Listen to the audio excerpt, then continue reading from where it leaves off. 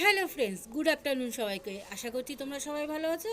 আমিও খুব ভালো আছি। তোমরা আজকে কে কোথায় যাচ্ছ, কে কী করছো, অবশ্যই আমাকে কমেন্ট বক্সে জানিও। আপাতত আমার কোনো বিকালে কোনো প্রোগ্রাম নেই, জানি না পরে কিছু ঠিক হবে কি না। যদি ঠিক হয় সেটা অবশ্যই তোমাদের সাথে শেয়ার করব।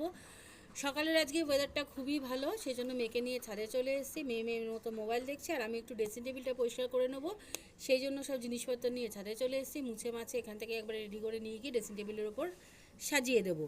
আর ঘরটাও একটু নোংরা হয়েছিল, তাই আমার কর্তামশাইয়ের যেহেতু আজকে রোববার ছুটি, সেই জন্য ও বললো আমি ঘরটা পরিষ্কার করছি, আর তুমি এগুলো টুকটাক যদি করো তো করে নাও। আমি বললাম ঠিক আছে, আমি তাহলে এগুলো করে নিচ্ছি, তুমি ঘরটা পরিষ্কার করে নাও। ঘরটা না ভীষণ ধুলো হয়েছিল, জানো তো, অনেকদিন ধরেই পরিষ্কার করবো ভাবছিলাম, কিন্তু করা হচ্ছিল না।